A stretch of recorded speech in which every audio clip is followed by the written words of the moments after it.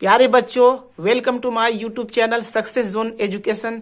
बच्चों, इस वीडियो में हम क्लास 10 के लिए विज्ञान विषय में मॉडल पेपर क्वेश्चंस का हम सॉल्यूशन करेंगे और ये वीडियो आपके लिए बहुत ही अच्छे तरीके से बनाया गया है और ये वीडियो आपके लिए बहुत ही इंफॉर्मेटिव होगा। तो दोस्तों, आप सभी लोग इस वीडियो को शुरू से लेकर अंत तक आप जरूर देखिए। इसमें बहुत सारी अन्य जानकारियां होंगी जो आपके आने वाले इम्तहान के लिए बहुत ही यूजफुल होंगी। दोस्तों, साइंस विषय में टोटल 80 क्वेश्चन ऑब्जेक्टिव होते हैं और इसमें से 50% यानी 40 क्वेश्चन का ही सोल्यूशन करना होता है। तो यहाँ पर इस वीडियो में हम 80 में 80 क्वेश्चन का हम सोल्यूशन करेंगे, क्वेश्चन का आंसर बताएंगे। तो चलिए इस क्वेश्चन को हम बनाना शुरू करते हैं। क्वेश्चन है, निम्नलिखित में किसका अपवर्तनांक अधिक है? सबसे ज्यादा अपवर्तनांक हीरे का होता है। अवतल दर्पण की फोकस दूरी होती है। अवतल दर्पण जो होता है वो सामने से वो गड्ढा होता है, तो इसकी फोकस दूरी जो होती है वो निगेटिव होती है। अवतल दर्पण की फोकस दूरी निगेटिव होती है और उत्तल दर्पण की फोकस दूरी जो है वो पॉजिटिव होती है, प्लस होता है। तो यहाँ पर अवतल दर्पण पूछा है तो ऋणात्मक, निगेटिव यानी ऋणात्मक। किसी लेंस में मुख्य फोकस की संख्या होती है। किसी भी लेंस में दो कर्व सतह होता है। ये उत्तल लेंस है तो इसके दो कर्व सतह है, तो दो को फोकस होगा। एक इस साइड में होगा, एक इस साइड में होगा। दो मुख्य फोकस होंगे तो मुख्य फोकस की संख्या 2 हो गया। दाढ़ी बनाने में कौन सा दर्पण उपयुक्त होता है? अवतल दर्पण। अवतल दर्पण की फोकस दूरी f एवं उसकी वक्रता त्रिज्या r के बीच संबंध है f बराबर r/2। f बराबर r/2 या फिर r बराबर 2f भी रह सकता ऑप्शन में।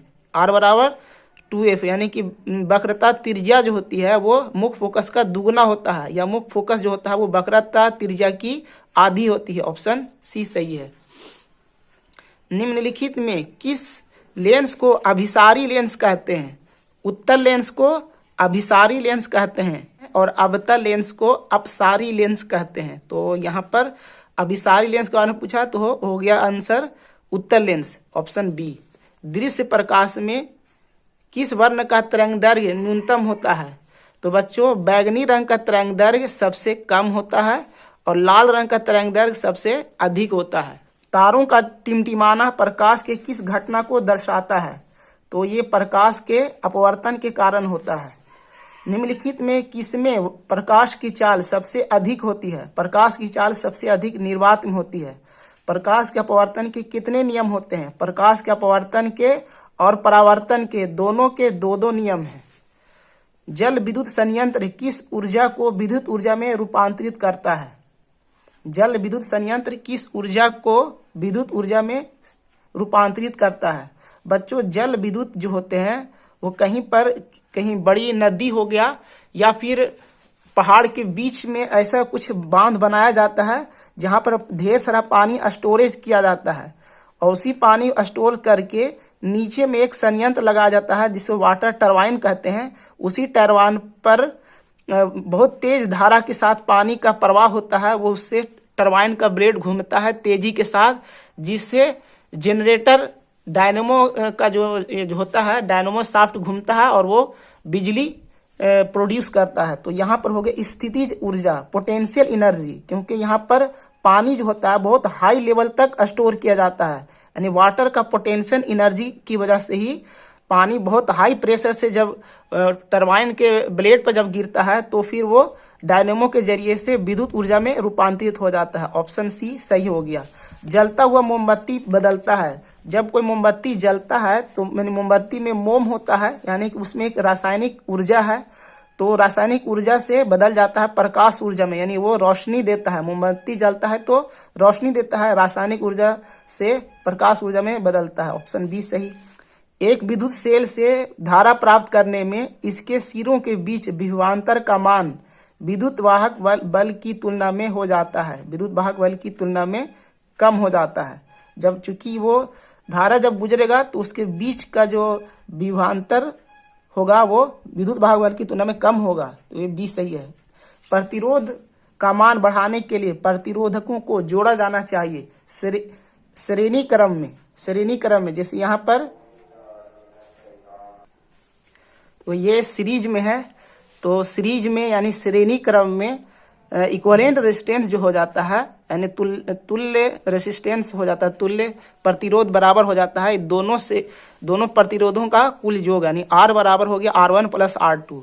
और ये है समांतर क्रम में, इसमें प्रतिरोध जो हो जाएगा वो घट जाएगा। अगर ये R है और ये भी R है, दोनों सेम तरह का रेजिस्टेंस है, तो इसमें इक्विवेलेंट रेजिस्टेंस जो हो जाएगा वो R का आधा हो जाएगा। यानी कि समांतर श्रेणी में अगर हम प्रतिरोधों को हम जोड़ते हैं तो इससे इक्विवेलेंट रेजिस्टेंस जो है वो घट जाता है, और श्रेणी क्रम में हम जोड़ते हैं तो इक्विवेलेंट रेजिस्टेंस जुट जाता है। तो ऑप्शन बी सही हो गया। बढ़ाने के लिए श्रेणी क्रम में जोड़ना है। विद्युत चुंबक बनाने के लिए प्रायः किस छड़ का उपयोग होता है? नरम लोहे का। नरम लोहे से ही विद्युत चुंबक प्रायः बनाया जाता है। उच्चतर माप पर कौन सी प्रक्रिया पूरी की जाती है? तो ये नाभिकीय विखंडन होती है। सौर ऊर्जा को सीधे विद्युत में बदलने वाली युक्ति है। सौर ऊर्जा से विद्युत ऊर्जा में बदलने वाली युक्ति है सौर सेल होता है। सौर कुकर से सिर्फ खाना बनता है। पवन विद्युत जनित्र में पवन की चाल कम से कम होनी चाहिए 15 kilometre per hour. 15 kilometre per hour. तो चूंकि यहाँ पर 15 किलोमीटर पर आवर तो है नहीं ऑप्शन में, ऑप्शन डी सही हो गया। सेल का विद्युत वाहक बल है। सेल का जो विद्युत वाहक बल होता है वो सेल की इकाई आवेश पर लगाया गया बल होता है। ऑप्शन ए सही। घरेलू परिपथ में मुख्य रूप से किसकी आपूर्ति होती है? तो बच्चों आप जानते हैं अपने घर में जो भी चीजें होती हैं, जैसे बल्ब चलते हैं या फिर पंखा वगैरह चलता है, तो सारे एसी करंट से ही चलता है। तो एसी को बोलते हैं हिंदी में प्रत्यावर्ती धारा, अल्टरनेटिंग करंट। ऑप्शन ए सही है। वर्ण विक्षेपण असंभव है। कांच में, निर्वात में, जल में, फाइबर में। कांच में भी वर्ण विक्षेपण होता है, निर्वात में भी होता है, जल में भी होता है, फाइबर में नहीं होता है। वायु में रखा एक कांच का प्रिज्म आपतित किरण को मोड़ देता है। तो जब कोई विरल माध्यम से सघन माध्यम में प्रवेश करती है तो वो आपतित किरण यानी परावर्तित किरण जो होगी वो आपका आधार की ओर वो मुड़ जाएगी, आधार की ओर मुड़ जाएगी। ऑप्शन डी सही है। अगला क्वेश्चन है, जिंक का जब संयोजन होगा ऑक्सीजन के साथ तो जिंक का ऑक्साइड बनता है, किस प्रकार की अभिक्रिया है? बच्चों यहाँ पर देखो, जिंक का यहाँ पर ऑक्सीजन के साथ संयोजन हुआ है, इसको बोलेंगे ऑक्सीडेशन रिएक्शन, और इसको बोलते हैं हिंदी में अपचयन। जिंक ऑक्सीडाइज्ड हो गया तो इसको बोलेंगे हिंदी में उपचयन। और अगर किसी चीज का रिडक्शन होता यानी ब्रेक होता, टूटता, तो उसको बोलेंगे अवक्षेपण। तो यहाँ पर जो है ऑक्सीडेशन हुआ है तो हो गया उपचयन। ऑप्शन डी सही है। खाने वाला सोडा का रासायनिक सूत्र क्या है? खाने वाला soda sodium bicarbonate NaHCO3। Option A सही। खाने वाला सोडा सोडियम बाइकार्बोनेट। कमरे के ताप पर द्रव अवस्था में रहने वाली धातु है। ऑप्शन बी पारा। पारा कमरे के ताप पर द्रव अवस्था में पाई जाती है। आवर्त सारणी के शून्य समूह का तत्व कौन है?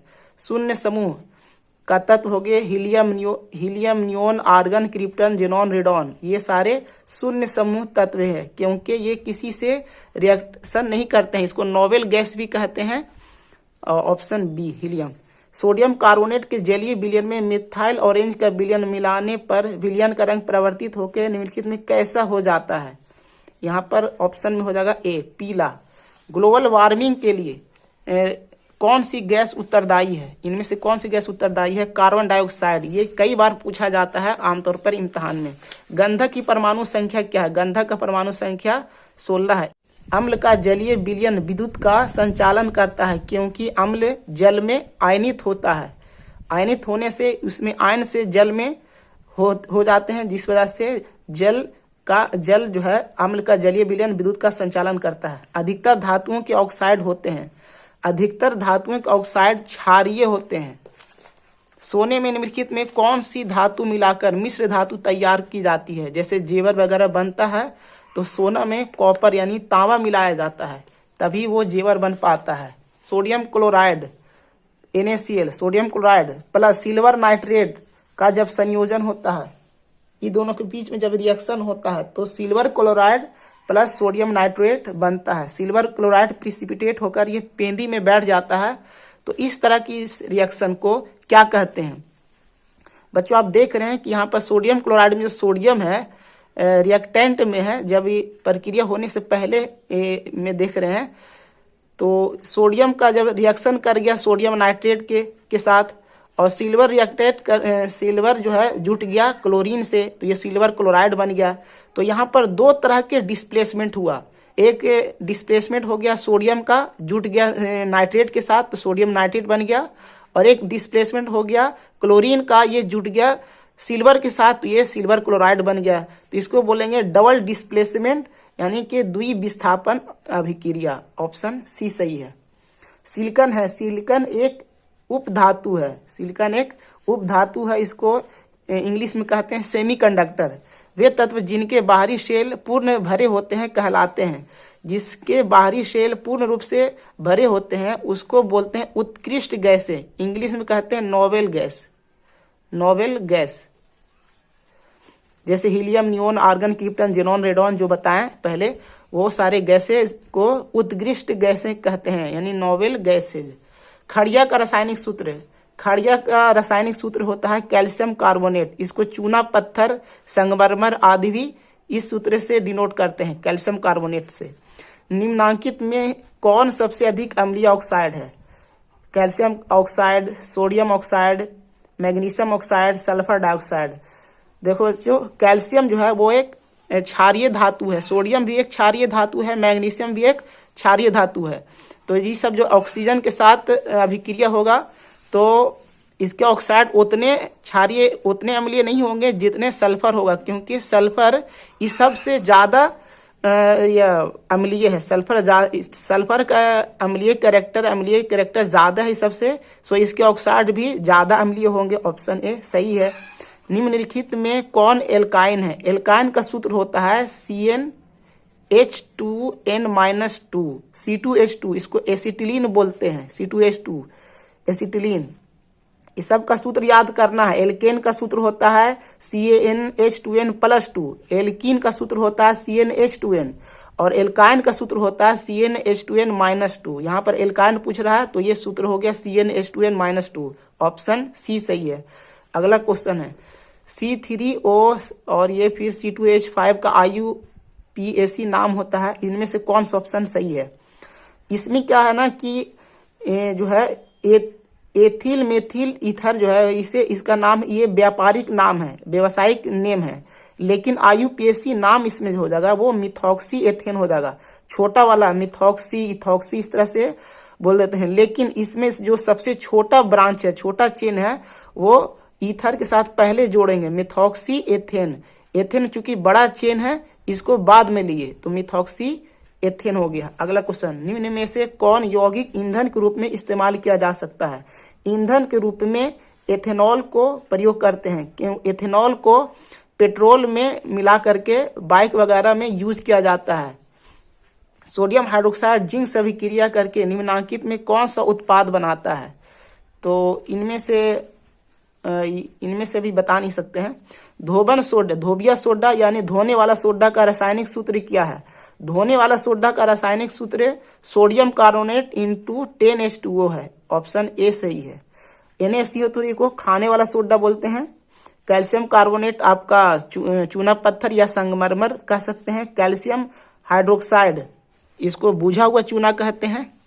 अम्लराज में सांद्र HNO3 और सांद्र HCl का अनुपात होता है 1:3। ऑप्शन ए सही है। अम्लराज एक ऐसा है, लिक्विड है जो सोने को भी घोला देता है, सोना भी उसमें घुल जाता है। किसी अभिक्रिया में भाग लेने वाले पदार्थ कहलाते हैं। अभिक्रिया में भाग लेने वाले पदार्थ वो अभिकारक कहलाते हैं। Option B. और जो प्रोडक्ट बनता है उसको उत्पाद कहते हैं। निम्नलिखित में कौन अम्लीय ऑक्साइड है? इसमें अम्लीय ऑक्साइड SO2 है, सल्फर डाइऑक्साइड। बाकी जितने भी हैं वो अम्लीय नहीं है। निम्नलिखित में कौन सा पदार्थ का जलीय घोल लाल लिटमस पत्र को नीला कर देता है? देखो बच्चों, आप ये याद किए होंगे कि अम्ल नीले लिटमस पत्र को लाल कर देता है। कौन? अम्ल नीले लिटमस पत्र को लाल कर देता है, लेकिन यहाँ पर यह उल्टा, लाल लिटमस पत्र को नीला कर देता है, तो अम्ल का उल्टा क्या हो जाएगा? क्षार। क्षार यहाँ पर ऑप्शन बी हो जाएगा। क्षार को इंग्लिश में बेस कहते हैं, बेस। स्वस्थ शरीर का सामान्य पीएच मान 7.0 से लेकर 7.8 तक होता है, ऑप्शन सी। निम्नलिखित यौगिकों में कौन जल में विलेय है? जल में विलेय ग्लूकोज होता है, जिसे हम लोग पीते हैं अमूमन गर्मी के दिन में। बाकी ये जितना भी चीज है वो जल में घुलता नहीं है। निम्नांकित में कौन अमलगम है? जिसमें मरकरी, Hg से मरकरी, जिसमें मरकरी शामिल होगा वो अमलगम कहलाएगा, तो ये होगा ऑप्शन बी सही है। निम्नांकित में कौन सी धातु जिंक सल्फेट के विलयन से जिंक को विस्थापित कर सकती है? जिंक से वही विस्थापित, जिंक उसी तत्व से, उसी धातु से विस्थापित होगी जो धातु जिंक से ज्यादा रिएक्टिव होगा। तो इसमें जिंक से ज्यादा रिएक्टिव धातु कौन सा है? कॉपर जिंक से कम रिएक्टिव है, प्लेटिनम भी जिंक से कम रिएक्टिव है, टाइटेनियम भी जिंक से कम रिएक्टिव है, अल्युमिनियम जिंक से ज्यादा रिएक्टिव है। सो जिंक सल्फेट के विलयन से जिंक को विस्थापित करके अल्युमिनियम सल्फेट बना देगा, ऑप्शन डी सही हो गया। ऑक्सीजन युक्त रक्त को हृदय से शरीर के विभिन्न भागों में ले जाने वाली रक्त वाहिनियां कहलाती है। इसको याद रखना, हृदय से शरीर के विभिन्न भागों में, तो इसका ऑप्शन हो जाएगा धमनियां। इसका उल्टा अगर कहेंगे कि शरीर के विभिन्न भागों से हृदय में ले जाने वाली रक्त को, इसको बोलते हैं शिरा बोलेंगे। रक्त के हल्के पीले रंग के चिपचिपे द्रव को कहते हैं प्लाज्मा कहते हैं। क्या कहते हैं? प्लाज्मा। किन पौधों की पत्तियों पर स्टोमाटा अनुपस्थित नहीं होता है? बच्चों, आमतौर पर पत्तियों में महीन महीन छिद्र होते हैं जिसे स्टोमाटा कहते हैं। उन्हीं छिद्रों से जलवाष्प के रूप में महीन महीन बूंदें बाहर निकलती हैं, जिससे गर्मी के दिन में हमें पेड़ पौधों की छाया में ठंडक महसूस होती है। लेकिन प्रकृति के द्वारा जो पौधे मरुस्थलीय क्षेत्रों में पाए जाते हैं तो उनके पत्तियों में छिद्र नहीं होते हैं, क्योंकि छिद्र अगर होगा तो उनकी पत्तियों से जलवाष्प जो है वो बाहर निकल जाएंगे, जिससे वो पत्तियां मुरझा जाएंगी, सिकुड़ जाएंगी, पानी के हवा में मर जाएंगी। इसीलिए जीरोफाइट्स यानी जो मरुस्थलीय पौधे होते हैं उसमें स्टोमाटा अनुपस्थित होता है, ऑप्शन ए सही है। किण्वन प्रक्रिया पाई जाती है? किण्वन प्रक्रिया ईस्ट यानी खमीर में पाई जाती है। पूर्ण विकसित अंडाशय कहलाता है फल। ग्लूकोज का रासायनिक सूत्र होता है C6H12O6। निम्नलिखित में किस पौधे का प्रकाश संश्लेषी इकाई कहते हैं? क्लोरोफिल। अंडोत्सर्ग का कारण है, ये नहीं पता। निम्नलिखित जीवों में किसमें अलैंगिक जनन द्विखंडन द्वारा नहीं होता है? तो किसमें जो है अलैंगिक जनन द्विखंडन द्वारा नहीं होता है? तो ईस्ट में नहीं होता है। प्रकृति में ऑक्सीजन का संतुलन कैसे बना रहता है? किससे बना होता है? पेड़ पौधे प्रकाश संश्लेषण की प्रक्रिया द्वारा ऑक्सीजन छोड़ते हैं, तो इसी से संतुलन बना रहता है। भोजन के पाचन में निम्नलिखित में किस रस की भूमिका होती है? इनमें से सभी रस की भूमिका होती है। पित्त रस, अग्नाशय रस, आंत्र रस, सभी रस का जरूरत पड़ता है, ऑप्शन डी सही है। ट्रिप्सिन नामक एंजाइम पाया जाता है अग्नाशय रस में। आहार नाल का सबसे लंबा भाग छोटी आंत होता है। मनुष्य में पाचन क्रिया का आरंभ मुंह से ही शुरू हो जाता है, मुख गुहा से, ऑप्शन बी। निम्नलिखित में कौन वसा के पाचन में सहायक होता है? वसा के पाचन में लाइमेज सहायक होता है। ग्लाइकोलिसिस की प्रक्रिया संपन्न होती है, ये होता है कोशिका द्रव्य में। ओजोन परत हम लोग के लिए लाभदायक है, ऑप्शन सी सही है। निम्नलिखित में कौन फूल में नर प्रजनन अंग है? तो नर प्रजनन अंग है पुंकेसर, पुंकेसर कहलाता है। हवा में श्वसन क्रिया के अंतर्गत एटीपी के टूटने से कितनी ऊर्जा मुक्त होती है? तो ये जो ऑप्शन होता है इसमें 7 से 12 किलो कैलोरी होता है। 7 से 12 किलो कैलोरी पर मोल होता है। तो इसको अगर हम किलो जूल में कन्वर्ट करेंगे तो 1 कैलोरी बराबर होता है 4.2 जूल। तो इसको 7 से अगर मिनिमम 7 लेते हैं तो इसको 4 से गुना करते हैं, 7 चौके 28 के आसपास में कौन है? तो ये 30.5 ऑप्शन ए हो जाएगा, क्योंकि हम अप्रोक्सीमेट वैल्यू निकाले हैं, तो ऑप्शन ए 30.5 किलो जूल पर मोल आंसर आ गया।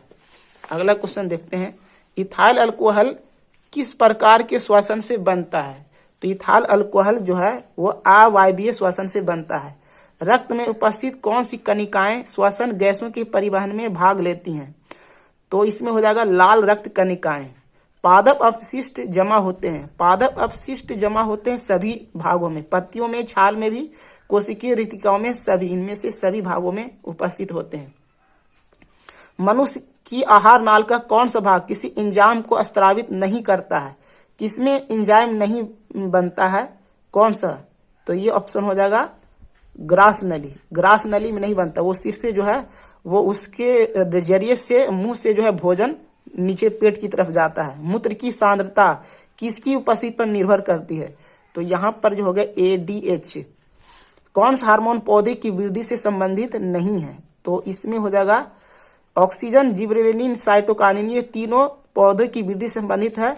ऑप्शन डी इससे संबंधित नहीं है। ABCC अम्ल इससे संबंधित नहीं है। मानव हृदय किस तंत्र का भाग है? तो मानव हृदय श्वसन परिसंचरण तंत्र का भाग है, यानी परिवहन तंत्र का भाग है। ऑप्शन डी सही है। जीव विज्ञान की वह शाखा जो गुणों के वंशानुक्रम के अध्ययन से संबंधित है उसको आनुवांशिकी कहा जाता है। श्वसन क्रिया में निम्नलिखित में से किस गैस को ग्रहण किया जाता है? श्वसन क्रिया में निम्नलिखित में से किस गैस को ग्रहण किया जाता है? यानी हम लोग सांस लेते हैं तो कौन सा गैस लेते हैं? तो ऑक्सीजन गैस हम लोग लेते हैं और कार्बन डाइऑक्साइड गैस छोड़ते हैं। ग्लूकोज में कार्बन के कितने परमाणु होते हैं? तो ग्लूकोज का सूत्र होता है C6H12O6। तो इसमें कार्बन के 6 परमाणु हैं। तो ऑप्शन बी सही है। मस्तिष्क में अनैच्छिक क्रियाओं का नियंत्रण केंद्र अवस्थित होता है। तो ये होता है मेडुला ऑब्लोंगोटा में होता है। ऑप्शन ए सही है। तो बच्चों ये थे हमारे टोटल 80 क्वेश्चन इस वीडियो के। उम्मीद करते हैं कि आप सभी लोगों को ये क्वेश्चन और इसका विस्तार से आंसर बताया जाना समझ में आ गया होगा और पसंद आया होगा। दोस्तों ये वीडियो आपको अच्छा लगा तो इसे आप लाइक कीजिए। चैनल पर नए हो तो इसे आप सब्सक्राइब कर लीजिए। अपने दोस्तों में इसे जरूर से जरूर शेयर भी कर दीजिए ताकि आपके सभी दोस्त लोग भी मैट्रिक बोर्ड एग्जाम में ज्यादा से ज्यादा मार्क्स ले पाए और आप सभी लोग एग्जाम के बाद खुश रहें। दोस्तों मिलते हैं फिर एक नए वीडियो के साथ। शुक्रिया।